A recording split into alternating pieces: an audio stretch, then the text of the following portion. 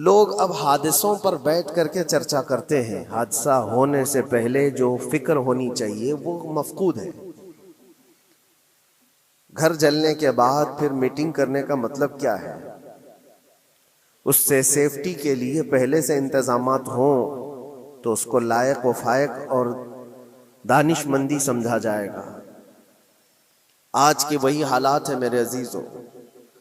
آپ کو پتہ ہے کچھ قومیں ایسی ہیں جو فیوچر پلاننگ کے لیے 100 سال کے بعد کا سوچتی ہیں، جبکہ یہ اسلام کا حصہ تھا۔ نبی کونین صلی اللہ علیہ وسلم نے 1400 سال بعد ہونے والی چیزوں کی پیشین گوئی فرمائی کہ نہیں فرمائی؟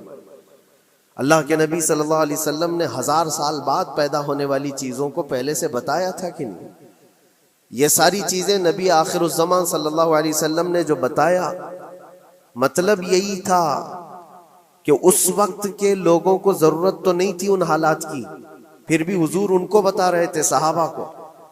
آج جو چیزیں پیدا ہونے والی ہیں وہ رسول پاک کو پتا تھا، 1000 سال بعد ہونے والی چیزیں، لیکن اس وقت کے صحابہ کو یہ باتیں کیوں بتائی جا رہی تھی؟ ان کے حالات تو اس وقت کے نہیں تھے ویسے۔ اس کے باوجود نبی پاک صلی اللہ علیہ وسلم نے ان کو 1000 سال بعد ہونے والی چیزوں کی باتیں اس لیے بتائی کہ یہ دین اسلام فیوچر پلاننگ کے لیے کتنا ایکٹیو ہے یہ سمجھو، آگے کے لیے۔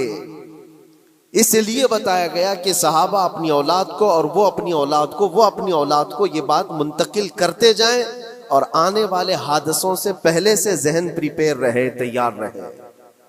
دجال کے فتنے کا ذکر کتنی مرتبہ حدیث پاک میں آیا۔ امت کو نبی پاک صلی اللہ علیہ وسلم نے یوں ہی نہیں چھوڑ دیا۔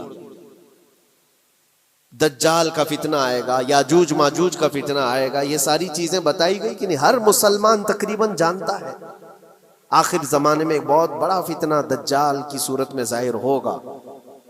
تو یہ باتیں اتنے 100 سالوں سے چل رہی ہیں کہ ذہن تیار ہے اس فتنے کو کہ اگر ایسا فتنہ آیا تو ایمان پر ڈٹے رہنا ہے، جمے رہنا ہے۔ یہ بات ہوتی ہے آگے آنے والے حادثات سے قوم کو باخبر رکھنا۔ آج جو حالات ہیں، جب کبھی کوئی چیز لٹ جائے تو سارے لوگ سڑکوں پر آ جائیں گے، یا پھر کسی نشستگاہ پر بیٹھ کر کے رات بھر میٹنگ کر کے چلے جائیں گے۔